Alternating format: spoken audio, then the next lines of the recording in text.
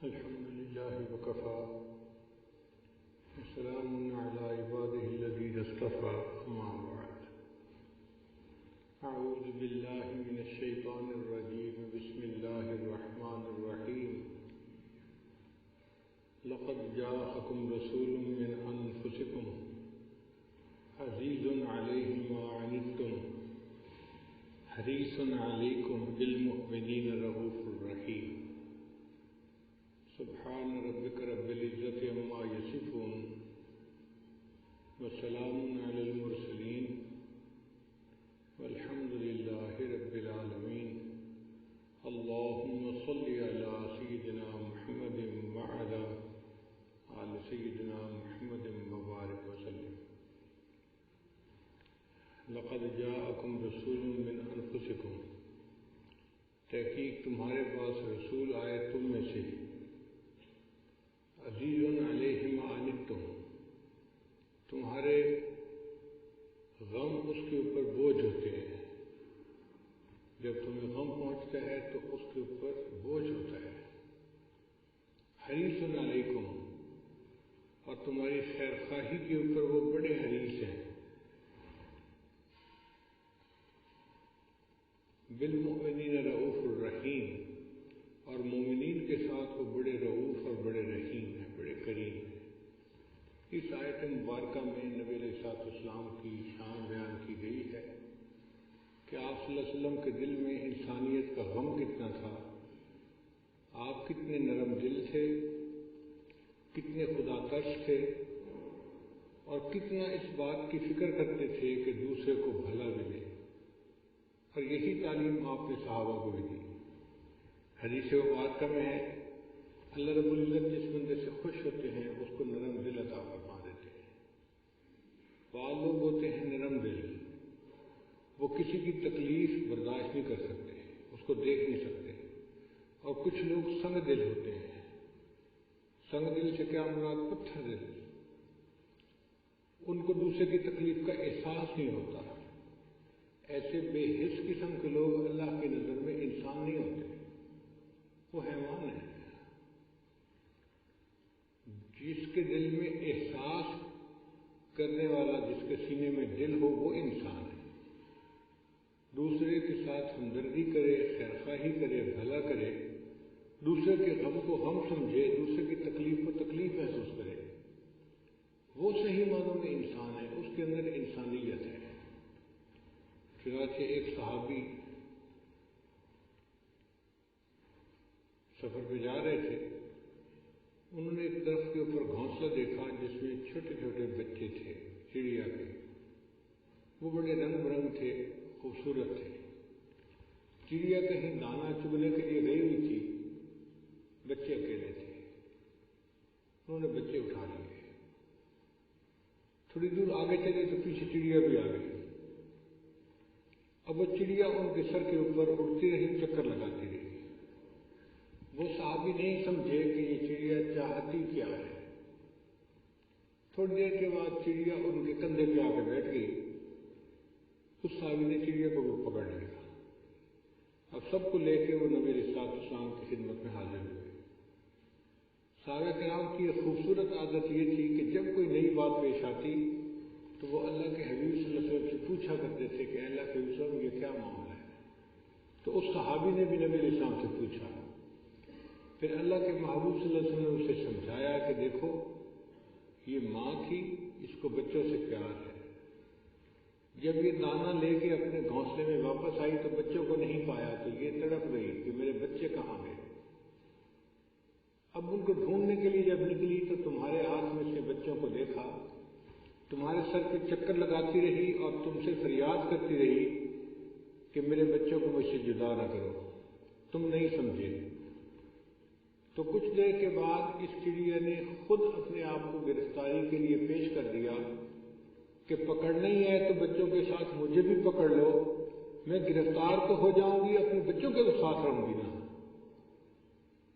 تو فرمایا کہ دیکھو یہ ننھی سی جان ہے اور اس کے اندر بھی بچوں کی ایسی محبت ہے، مامتا ہے. اس لیے تم ان ماں بچوں کو تکلیف نہ دو. جس گھونسلے سے تم لے کے آئے ہو اسی گھونسلے میں ان کو واپس پہنچا دیں. تو صحابی نے نبی علیہ السلام سے پوچھا، اے اللہ کے وسلم، جانوروں پر ترس کھانے میں بھی ہمیں ثواب ملے گا؟ تو نبی علیہ السلام نے فرمایا، ہاں، ہر گیلے جگر کے لیے۔ ہر گیلا جگر سے کیا مراد؟ جو زندہ ہے، جس کے سینے میں دھڑکتا ہوا دل ہے، اس کے اوپر تم ترس کھاؤ گے تو اس پر تمہیں ثواب ملے گا، چاہے انسان ہو چاہے جانور ہو، چاہے مسلمان ہو چاہے کافر ہو۔ لیکن اگر جاندار ہے تو اس کے اوپر ترس کھاؤ گے تو اس کے بدلے اللہ تعالیٰ تمہیں اجر عطا فرمائیں گے۔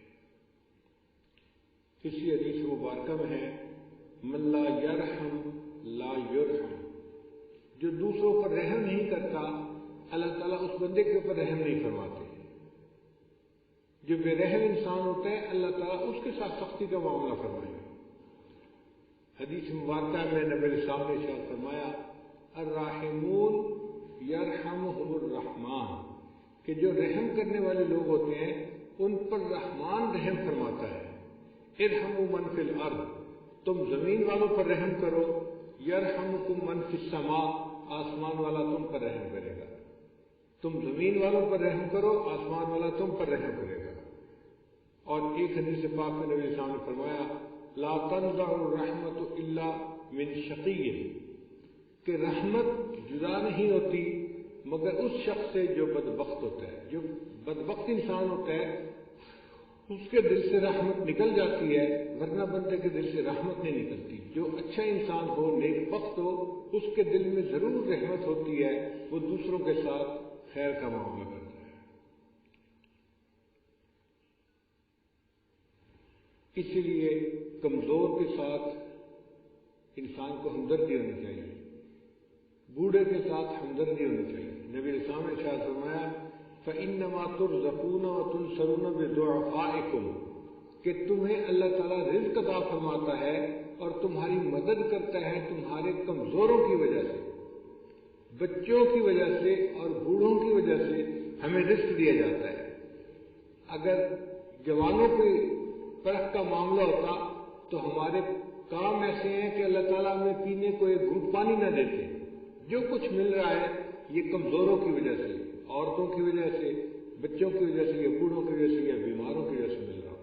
اس لیے بندے کو چاہیے کہ گھر کے چھوٹوں کے اوپر رحم کرے، عورتوں کے ساتھ نرمی کا معاملہ کرے، بچوں پر رحم کرے، ان کے ساتھ شفقت کرے، محبت دے ان کو۔ بعض ماں باپ دیکھیں کہ بچوں کے ساتھ بہت زیادہ سختی کرتے ہیں، یہ اچھی چیز نہیں ہوتی۔ محبت پیار سے بچوں کو جیسے ڈھال لیا جائے وہ بچے ڈھل جاتے ہیں، سختی سے بچے الٹا بگڑ جاتے ہیں، نافرمان بن جاتے ہیں، ماں باپ کے کنٹرول سے بھی نکل جاتے ہیں اور دین سے بھی دور ہو جاتے ہیں۔ تو سختی برائے سختی اچھی چیز نہیں ہوتی، نرمی زیادہ بہتر ہے۔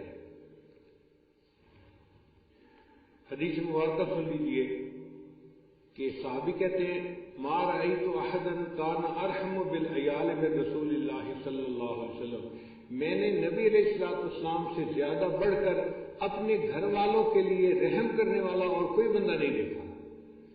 نبی علیہ السلام سب سے زیادہ اپنے اہل خانہ پر مہربان تھے، عورتوں پر بھی، بچوں پر بھی، گھر کے ہر فرد کے اوپر مہربان تھے۔ شریعت نے سختی کی اجازت دی ہے، مگر اس وقت جب معاملہ حد سے بڑھنے لگے اس وقت سختی کی اجازت دی ہے، ورنہ عام حالات میں محبت پیار سے انسان اپنے گھر کے معاملات کو سلجھائے تو بات سلجھ جاتی ہے۔ نبی علیہ السلام دوسرے کا اتنا خیال رکھتے تھے کہ حدیث پاک میں ہے، نبی علیہ السلام نماز پڑھا رہے تھے، عورتوں کے پیچھے کی جہاں مردوں کی صفیں ختم ہوتی تھی اس سے پیچھے عورتوں کا حصہ تھا، باب النساء تھا وہاں، تو وہاں سے کسی بچے کے رونے کی آواز آئی تو نبی علیہ السلام نے نماز کو مختصر کر دیا، اور پھر بعد میں نبی علیہ السلام نے فرمایا کہ میرا دل چاہتا تھا کہ میں نماز لمبی پڑھوں، مگر چونکہ ایک بچہ رو رہا تھا، اس بچے کے رونے پر اس کی ماں کا دل دکھ رہا ہوگا، اس لیے میں نے نماز کو مختصر کر دیا۔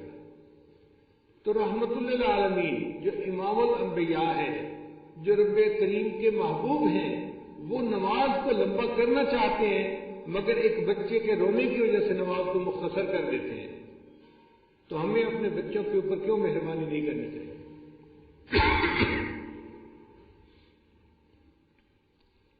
ایک حدیث مبارکہ میں خواب و خسرہ، خسارہ پا لیا، نقصان اٹھا لیا اس بندے نے، من لم یجعل اللہ تعالی فی قلبہ رحمۃ للبشر، جس کے دل سے اللہ نے بشر کے لیے رحمت کو نکال لیا ہو، یعنی دوسرے بندوں کے لیے جس کے دل سے رحمت کو نکال لیا، وہ بندہ تو برباد ہو گیا، اس کو تو نقصان ہو گیا، اس نے اپنا بہت بڑا نقصان کر لیا کہ اس کے دل سے اللہ نے رحمت ہی کو نکال لیا۔ آج کل ہم اپنے معاشرے میں بعض جگہوں پر سختی دیکھتے ہیں جس کی اصلاح کی ضرورت ہے۔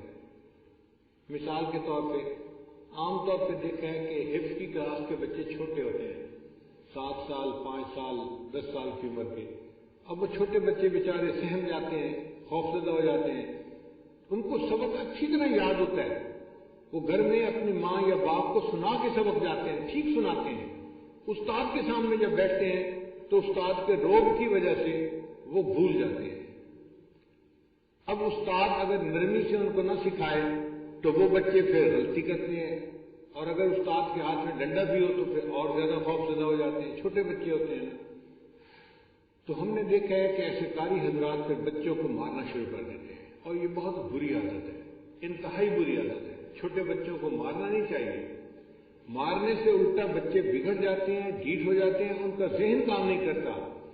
جو بچہ 1 منٹ میں لائن یاد کر لیتا تھا وہ 1 گھنٹے میں بھی لائن نہیں یاد کر سکتا، ان کے سبق رک جاتے ہیں، اور پھر 2 مہینے 3 مہینے سبق رکا ہوا ہوتا ہے، اور وہ بچے کو کہتے ہیں نہیں پیچھے یاد کرو پھر آگے چلیں گے۔ بھئی سبق روکا کیوں؟ سبق روکنے کی کیا ضرورت تھی؟ اگر پیچھے سے سبق یاد نہیں تھا تو اس سے 1 کی جگہ 2 پارے سن لیتے، 2 کی جگہ 3 پارے سنتے ایک دن میں۔ زیادہ پڑھنے سے بچہ جلدی یاد کر لیتا ہے، مارنے سے یاد نہیں کرتا۔ سختی کرنا اس کا حل نہیں ہے۔ ہمارے ایک دوست ہیں بیرون ملک میں، عالم ہیں، ڈاکٹر بھی ہیں، ان کی بیوی بھی عالمہ ہے، انہوں نے اپنے بچے کو قرآن پاک کا حافظ بنانا شروع کیا۔ اب بچے نے 6-7 پارے یاد کر لیے، پھر بچے کو پیچھے پاروں میں غلطیاں آنے لگ گئیں، تو ان کے استاد صاحب نے اس کا سبق بند کر دیا کہ پیچھے یاد کرو پہلے، بعد میں تمہیں سبق دیں گے۔ اب جب کئی دن بچے کو سبق نہ ملا تو اس کا انٹرسٹ لیول جو تھا وہ نیچے آتا گیا، اس کو یاد کرنے سے کوئی مزہ ہی نہ رہا۔ اب استاد نے سختی کرنی شروع کر دی، کبھی اس کے کان کھینچے، کبھی اس کو سب کے سامنے ڈانٹا۔ اب ان ملکوں میں مار تو نہیں سکتے مگر ڈانٹ ڈپٹ تو کر ہی سکتے ہیں نا، تو انہوں نے کرنی شروع کر دی، تو بچہ بے دل ہو گیا۔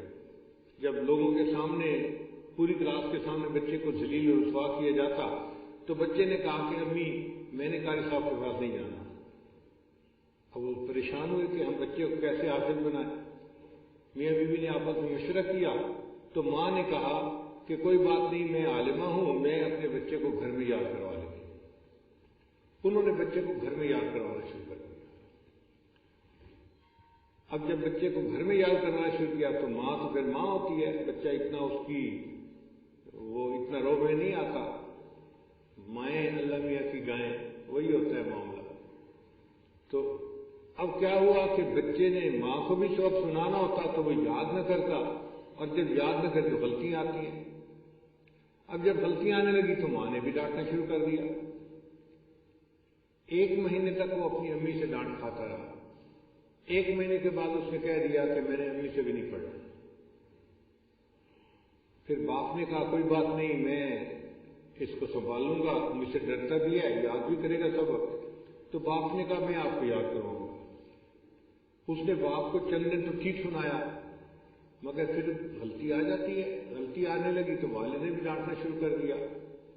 اب وہ کہیں کہ مجھے سبھی ڈانٹتے ہیں، استاد بھی ڈانٹتا تھا، ماں بھی ڈانٹتی ہے، ابو بھی ڈانٹتا ہے۔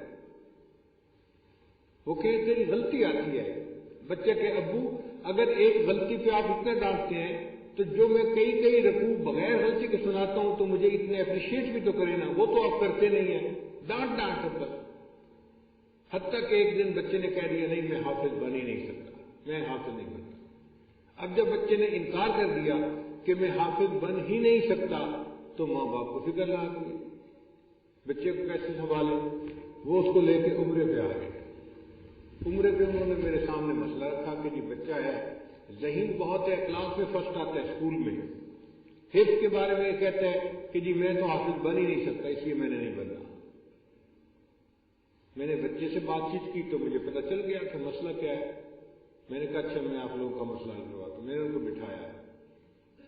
میں نے کہا کہ پہلی بات تو میں ماں باپ سے یہ وعدہ لیتا ہوں کہ آپ لوگ آج کے بعد بچے کو کبھی بھی نہیں ڈانٹیں گے. والد نے بھی وعدہ کیا, اس کی والدہ نے بھی وعدہ کیا. اب جب انہوں نے وعدہ کیا تو پھر میں نے بچے کو کہا کہ دیکھو بھائی میں نے آپ کے والدین کو ڈانٹ سے مار سے تو روک دیا ہے, اب میری ذمہ داری آ گئی. اب رہی بات یہ کہ کچھ آپ کی بھی ذمہ داری ہے, پوری کریں. اس نے کہا جی کیا ذمہ داری ہے؟ میں نے کہا ذمہ داری یہ ہے کہ آپ نے ایک پارے کو دن میں 3 دفعہ پڑھنا ہے. بار بار پڑھنا ہے نا تو پڑھو, کوئی مسئلہ نہیں. اس نے کہا جی کوئی بات نہیں, میں 3 دفعہ پڑھ لوں گا. اب اس نے ایک پارے کو صبح دوپہر شام دن میں 3 مرتبہ پڑھنا شروع کر دیا. والد کو میں نے کہا کہ دیکھو اس کی اگر 10 غلطیاں نکلیں تو بھی کچھ نہیں کہنا, 50 غلطیاں نکلیں تو بھی کچھ نہیں کہنا, 100 غلطیاں پارے میں نکلیں تو بھی آپ نے کچھ نہیں کہنا. صرف آپ نے غلطی بتا دینی ہے کہ بچہ تم یہ غلط پڑھ رہے ہو, ٹھیک یہ ہے, بس اس سے آپ نے سننا ہے. لیکن یہ دن میں 3 دفعہ پارا آپ کو سنائے گا. پھر میں نے ماں باپ کو سمجھایا کہ دیکھو جتنا یہ بار بار پڑھے گا نا اتنا اس کی غلطیاں آٹومیٹک ختم ہوتی جائیں گی. تو بار بار پڑھنا اس کا علاج ہے, ڈانٹ ڈپٹ کرنا اس کا علاج نہیں ہے. آپ دیکھیں کبھی سورہ فاتحہ میں بھی غلطی آئی, کبھی نہیں آتی. کیوں نہیں آتی؟ بار بار پڑھتے ہیں. ہر بندے کو یاد ہوتی ہے, غلطی کا امکان ہی نہیں ہوتا. اسی طرح جب بار بار قرآن پاک کو پڑھا جائے تو پھر غلطی کا امکان ختم ہو جاتا ہے. چنانچہ والدین نے اس کو کہہ دیا کہ بھئی 100 غلطیاں بھی آئیں تو ہم نہیں ڈانٹیں گے. بچہ حیران تھا, پہلے ایک غلطی پہ اتنی میری بے عزتی ہوتی تھی, اب 100 غلطیوں پہ بھی کوئی مجھے کچھ نہیں کہے گا. میں نے کہا کوئی کچھ نہیں کہے گا, بس تم پڑھو صحیح. بچے نے پڑھنے کا وعدہ کر دیا, اس والد نے اس کو پڑھانا شروع کر دیا. اللہ کی شان دیکھیں, 8 مہینے میں اس بچے نے پورا قرآن پاک یاد کر لیا. پورا جس کا سبق 8 مہینے سے رکا ہوا تھا, ایک لائن آگے نہیں استاد دے رہا تھا کہ جی اس کا سبق کچا ہے, اب اگلے 8 مہینے میں اس نے پورا قرآن پاک یاد کر لیا. پھر اس کے والد نے مجھے فون کیا, حضرت اب تو اس کے قرآن پاک کے ساتھ محبت کا یہ حال ہے, ہم لوگ گاڑی ڈرائیو کر کے دوسرے شہر جا رہے ہوتے ہیں, وہ کار میں بیٹھا ہوا اپنی منزل پڑھ رہا ہوتا ہے. میں نے کہا یہ طریقہ ہے بچے کو قرآن پاک یاد کروانے کا, مار طریقہ نہیں ہے اس کا. تو مار نہیں پیار, یہ طریقہ ہے پڑھانے کا. ہمارا چھوٹا سا دارالعلوم وہاں شہر میں ہے, حفظ کی اس میں کلاسیں ہیں. وہاں میں نے کچھ سال پہلے اصول بنا دیا کہ استاد بچے کو نہیں مار سکتے. مجھے پتہ چلا جی کہ ان کے سب نے استادوں نے اپنے اپنے ڈنڈے بنائے ہوئے ہیں اور یہ ڈنڈوں سے بچوں کی پٹائی کرتے ہیں. ایک دن میں اچانک گیا اور میں نے جا کے تینوں استادوں کے وہ جو ڈنڈے تھے نا وہ لے لیے اور چلا گیا. کچھ دن بعد مجھے پتہ چلا جی اب استادوں نے ڈنڈوں کی بجائے وہ جو پائپ ہوتا ہے نا پانی والا, وہ ٹکڑے رکھ لیے ہیں اور اس پائپوں سے مارتے ہیں, اور پائپ کی مار ڈنڈوں سے زیادہ سخت ہوتی ہے. خیر پھر دوبارہ مجھے جانا ہوا, پھر میں نے ان کے وہ پائپ بھی سب اٹھا لیے. اب استاد مجھے کہہ تو کچھ نہ سکے, لیکن انہوں نے اس کا حل کیا نکالا کہ مکے سے اور تھپڑوں سے مارنا شروع کر دیا. ذرا سی کوئی بات بچے کے تھپڑ لگ رہا ہے, مکے لگ رہے ہیں, اس کے بال کھینچے جا رہے ہیں. پھر مجھے پتہ چلا جی کہ استاد تو پھر سختی کر رہے ہیں. پھر میں نے کیا کر رہے ہیں, ماریں گے تو اس کا دل اچاٹ ہو جائے گا. مار مجرموں کے لیے ہوتی ہے, مخلصوں کے لیے نہیں ہوتی. یہ مخلص بچہ ہے, یہ چھوٹی عمر کا ہے, معصوم ہے, اس کو کیوں مارتے ہیں آپ؟ تو جی ڈنڈا پیرے بگڑیا تگڑیا تھا. میں نے کہا بگڑے تگڑیا ہے, یہ ابھی تو چھوٹا بچہ ہے 4-5 سال کا, یہ کیا بگڑا تگڑا ہے, اس میں تو کوئی بگاڑ نہیں آیا ابھی. پھر جب ان کو سمجھایا تو ان کو بات سمجھ میں آئی کہ ہاں ہمیں بچوں کو مارنا نہیں چاہیے بلکہ پیار سے پڑھانا چاہیے. تو بہت سارے لوگ قاری ہوتے ہیں اور آج کے دور میں بہت سارے قہاری ہوتے ہیں. وہ بیچارے قاری نہیں رہتے، وہ قہاری بن جاتے ہیں. ذرا سی بات پہ بس ڈنڈے برس رہے ہیں، مار رہے ہیں، تھپڑ مار رہے ہیں، مکے مار رہے ہیں. یہ کوئی طریقہ نہیں ہے پڑھانے کا. ایسا بندہ استاد بننے کے ہی قابل نہیں ہے جو بچوں کو سمجھا نہیں سکتا، جو بچے کو پیار سے نہیں پڑھا سکتا. تو نبی اسلام نے ارشاد فرمایا کہ برباد ہو گیا وہ اور خسارہ پا گیا وہ جس کے دل سے اللہ نے بشر کے لیے رحمت کو نکال لیا ہے. ایک ایکسٹریم ہے ہماری ذرا ذرا سی بات پہ ڈنڈا، اور ایک ایکسٹریم ہے ویسٹ والوں کی، مغرب کی. انہوں نے بالکل بند کر دی ہے مار. ان کے ملکوں میں کوئی استاد شاگرد کو مار ہی نہیں سکتا کہ جو مرضی ہو. وہ بھی ایک ایکسٹریم ہے اور یہ بھی ایک ایکسٹریم ہے. وہاں بچے استادوں کو بہت تنگ کرتے ہیں، بہت تذلیل کر دیتے ہیں، لیکن وہ بچوں کو مارنے نہیں ہے. عجیب بات ہے، منع ہے، قانوناً منع ہے. کوئی بچے کو ہاتھ لگائے استاد اس کو فوراً جیل میں بھیج دیا جاتا ہے. تو ایک وہ ایکسٹریم ہاتھ ہی نہیں لگا سکتے. اس لیے پھر وہ لوگ جو ہے اسلام کے اوپر اعتراض کرتے ہیں، وہ دیکھو جی اسلام نے تو مارنے کا حکم دیا ہے، اور اس سے دین سے لوگوں کو دور ہٹاتے ہیں. ایک دفعہ میں ایک جگہ بیٹھا تھا تو ایک آدمی جو ہے کہنے لگا، او جی یہ دین اسلام بھی کیا دین ہوا جو عورتوں کو مارنے کا حکم دیتا ہے. میں نے کہا کہ کب مارنے کا حکم دیتا ہے؟ کہنے لگا جی جب وہ برائی کرے. تو میں نے کہا اچھا اگر وہ برائی کرے تو پھر کیا اسے حلوہ کھلانا چاہیے؟ بتائیں. پھر چپ ہو گیا. پھر اس کے بعد کوئی جواب نہیں تھا. میں نے کہا شریعت نے کہا ہے ایک حد ہے، اگر حد کراس ہو رہی ہے تو پھر وہاں سے مار شروع ہوتی ہے، اس سے پہلے نہیں. اور شریعت شروع میں مارنے کو حکم نہیں دیتی. خاوند کو کہتی ہے پہلے تم اس سے بولنا بند کر دو اگر وہ تمہاری بات نہیں مان رہی، نافرمان بن رہی ہے. اور اگر پھر بھی نہیں مانتی تو اپنا بستر جدا کر لو. اور اگر پھر بھی نہیں مانتی تو تیسرا درجہ آتا ہے. تو تیسرے درجے میں تو وہی پہنچے گا نا جو ضدی ہوگا اور واقعی نافرمان ہوگا. تو شریعت اعتدال کا حکم دیتی ہے. اب پتہ چلا کہ neither east nor west Islam is the best. نہ ہمارے علاقائی جو عادتیں ہیں وہ اچھی ہیں، نہ ان لوگوں کی عادتیں اچھی ہیں. جو تعلیمات اسلام نے دی ہیں وہی تعلیمات سب سے زیادہ بہتر ہیں. شریعت نے کہا بچوں کو پیار سے پڑھاؤ، پیار رکھو. ہاں اگر کوئی جرم کی حد تک پہنچے تو شریعت نے اس کے لیے مار کو جائز قرار دیا ہے. نبی اسلام نے ارشاد فرمایا من لم یرحم صغیرنا ولم یوقر کبیرنا فلیس منا. جو چھوٹوں کے اوپر رحم نہیں کھاتا اور بڑوں کا احترام نہیں کرتا وہ ہم میں سے ہی نہیں ہے. یعنی نبی اسلام نے فرمایا وہ میری امت میں سے ہی نہیں ہے جو چھوٹوں پر رحم نہیں کھاتا. اب ذرا غور کیجئے کہ اس بات کا خیال رکھیں اگر ہمارے دلوں میں چھوٹوں کے باروں میں احترام نہیں ہوگا یا چھوٹوں کے بارے میں شفقت نہیں ہوگی تو ہم نبی علیہ السلام کی امتی سے گویا خارج ہو جائیں گے. بلکہ شریعت تو اس بات کا حکم دیتی ہے اگر کوئی بندہ مشکل میں ہو تو ہم جیسے بھی ہو اس مشکل میں اس کی مدد کریں. نبی سامنے فرمایا من یسر علی معسر یسر اللہ علیہ فی الدنیا والآخرہ. جو بندہ کسی مشکل میں پڑے ہوئے بندے کی مشکل کو آسان کر دیتا ہے اس شخص پر اللہ اس کے لیے دنیا اور آخرت کی مشکلوں کو آسان کر دیتا ہے. کتنا بڑا اجر ہے کسی کی مشکل میں اس کے کام آنا.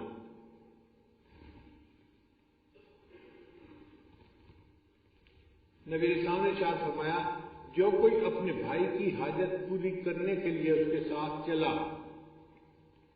یہ نہیں ہے کہ اس کا کام کروا دیا، نہیں، کام ہو یا نہ ہو یہ الگ بات ہے. جو اپنے بھائی کی حاجت براری کے لیے اس کے ساتھ چلا ہے، اس کی مدد کے لیے چلا، اس کو میری مسجد میں 2 سال اعتکاف کرنے کا اللہ تعالیٰ ثواب عطا فرمائیں گے. مسجد نبوی میں 2 سال اعتکاف کرنے کا ثواب ملے گا جو اپنے بھائی کی حاجت براری کے لیے اس کے ساتھ چلے گا. اور ایک حدیث پاک میں نبی صلی اللہ علیہ وسلم نے فرمایا من کان فی حاجت اخیہ کان اللہ فی حاجتہ. جو شخص اپنے بھائی کی حاجت پوری کرنے کے لیے اس کے ساتھ ہوتا ہے اتنی دیر اللہ تعالیٰ اس بندے کی حاجتوں کو پورا کرنے میں لگا رہتا ہے. اللہ اس کی حاجت پوری کرنے میں لگا رہتا ہے جو اپنے بھائی کے کام کرنے میں لگا ہوتا ہے. اس سے اندازہ لگائیے کہ شریعت نے اپنے بھائی کے کام کروانے کو کیا رتبہ عطا فرمایا ہے. کسی کے دکھ کو بانٹنا، اس کو محسوس کرنا اللہ کو بہت پسندیدہ ہے. ہماری نفلوں سے، نمازوں سے بڑھ کر یہ عمل ہے.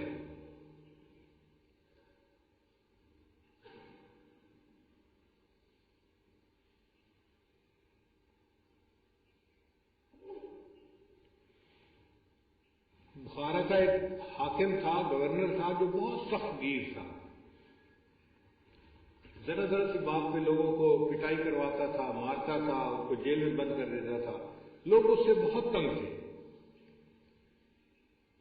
ایک دفعہ وہ جا رہا تھا تو اس نے ایک خارش زدہ کتے کو دیکھا، بیمار کتے کو دیکھا. میری طرف سے تمہارے لیے ہے، تم اس سے حلال کھانا کھاؤ اور اللہ تعالیٰ تمہیں حلال میں برکت عطا فرمائے. وہ کہتے ہیں میں واپس آ گیا، لیکن دل میرا بڑا غمزدہ تھا.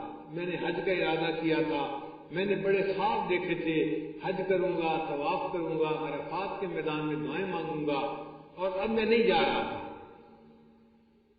خیر کئی دفعہ تو اس بات کو یاد کر کے میری آنکھوں میں آنسو آ جاتے کہ میرا حج اس سال مس ہو گیا.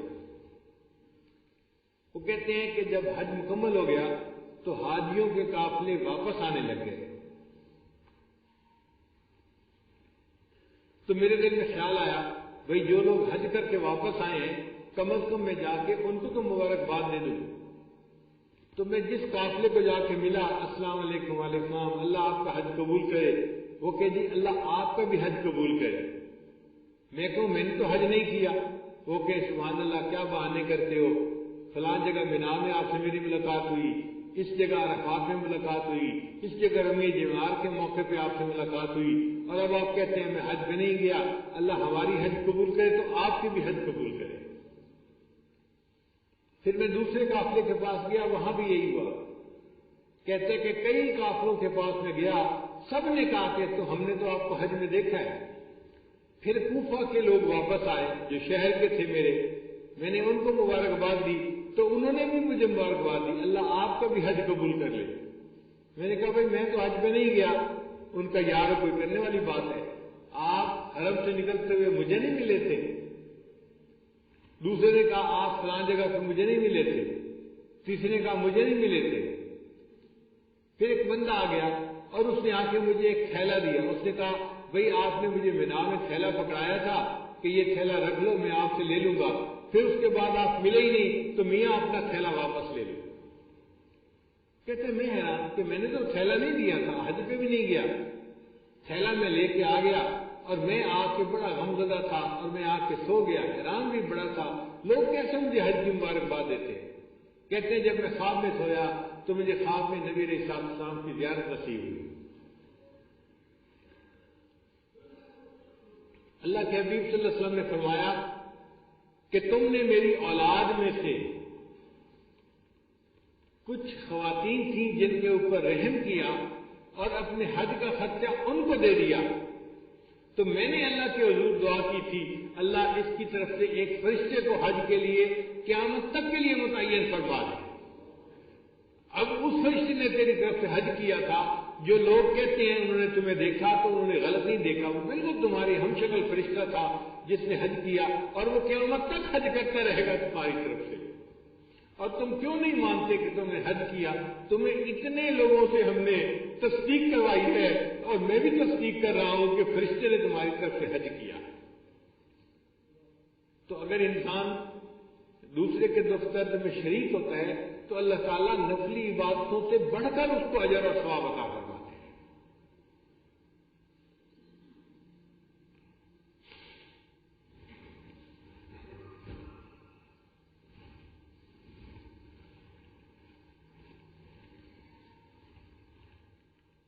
حضرت شیخ حدیث رحمۃ اللہ نے ایک واقعہ لکھا ہے، ایک آدمی تھا، اس نے اپنے غلام کو 4 دینار دیے اور کہا کہ بازار سے فلاں چیز لے کے آؤ۔ اب یہ غلام 4 دینار لے کر وہ چیز لینے کے لیے چلا۔ آگے اس نے عجیب منظر دیکھا، ایک فقیر تھا جو سوال کر رہا تھا کہ مجھے کچھ دے دو دے دو دے دو، تو اس نے کسی اللہ والے سے سوال کیا کہ مجھے کچھ دے دو، اور ان کے پاس تھا کچھ نہیں، مگر وہ اللہ والے بڑے خدا ترس تھے۔ وہ اس فقیر کے پاس کھڑے ہو گئے اور وہ لوگوں کو کہہ رہے تھے، جو اس فقیر کو جتنے درہم دے گا میں اس کے لیے اتنی دعائیں اللہ کے سامنے کروں گا۔ تو وہ غلام نے ایک عجیب سا منظر دیکھا، ایک بزرگ سا آدمی ہے اور کہتے ہیں بھئی جو اس غلام کو جتنے دینار دے گا میں اس کے لیے اتنی دعائیں اللہ رب العزت کے سامنے کروں گا۔ تو اس کے دل میں خیال آیا، چلو میں بھی دینار اس کو دے دیتا ہوں اور دعائیں کروا لیتا ہوں۔ چنانچہ اس نے 1 دینار اس کو دیا اور ان کو کہا جی میرے لیے دعا کرو کہ میرا مالک مجھے آزاد کر دے، میں غلام ہوں۔ انہوں نے دعا کر دی، اللہ اس کا مالک اس کو آزاد کر دے۔ اس نے دوسرا بھی دے دیا۔ اب کیا دعا کروانی ہے؟ اور جی دعا کرو کہ اللہ تعالیٰ مجھے ان 4 دینار کا بدلہ دے دے۔ انہوں نے وہ بھی دعا کر دی۔ اس نے تیسرا دینار دے دیا۔ اب کیا دعا کروانی ہے؟ اور جی دعا کرو کہ اللہ رب العزت میرے مالک کو سچی توبہ کی توفیق عطا فرمائے۔ مالک شرابی کبابی قسم کا تھا۔ انہوں نے یہ بھی دعا کر دی۔ تو اس نے چوتھا دینار بھی دے دیا اس فقیر کو۔ ان کا بھائی چوتھی دعا کیا کروانی ہے؟ اور جی چوتھی دعا یہ کریں، اللہ میری اور میرے مالک دونوں کے گناہوں کی مغفرت فرما دے۔ اس اللہ والے نے چوتھی دعا بھی کر دی۔ اب اس غلام نے 4 دینار تو ان کو دے دیے، یہ گھر واپس آیا، مالک انتظار میں تھا۔ اس نے کہا بتاؤ بھائی تم سودا لے کے آ گئے جو تمہیں بھیجا تھا؟ اس نے کہا جی نہیں، سودا تو میں نے نہیں لیا، میں نے اس کے بدلے ایک اللہ والے سے 4 دعائیں کروا لی ہیں۔ غلام ڈر رہا تھا کہ مجھے ڈانٹ پڑے گی، مگر اللہ کی شان کہ وہ مالک جو تھا وہ غصے میں نہیں آیا، اور اس نے اس سے کہا اچھا بتاؤ بھائی کیا تم نے دعائیں کروائی؟ اور جی میں نے پہلی دعا تو یہ کروائی کہ میرا مالک مجھے آزاد کر دے۔ مالک مسکرایا اور کہتے ہیں اچھا چلو میں نے تمہیں آزاد کر دیا، پہلی دعا قبول ہو گئی۔ دوسری دعا کیا کروائی تھی؟ اور جی میں نے دوسری دعا کروائی تھی کہ ان 4 دینار کا مجھے اللہ تعالیٰ بدلہ دے دے۔ مالک نے جیب میں ہاتھ ڈالے، اس کے جیب میں 400 دینار تھے، اس نے 400 دینار دے دیے، لو تمہیں اس کا بھی بدلہ مل گیا۔ تیسری دعا کیا کروائی تھی؟ اور جی میں نے دعا کی تھی کہ میرا مالک گناہوں سے سچی توبہ کرے۔ مالک نے کہا اچھا میں اللہ کو حاضر ناظر جان کے وعدہ کرتا ہوں کہ آج میں نے شراب سے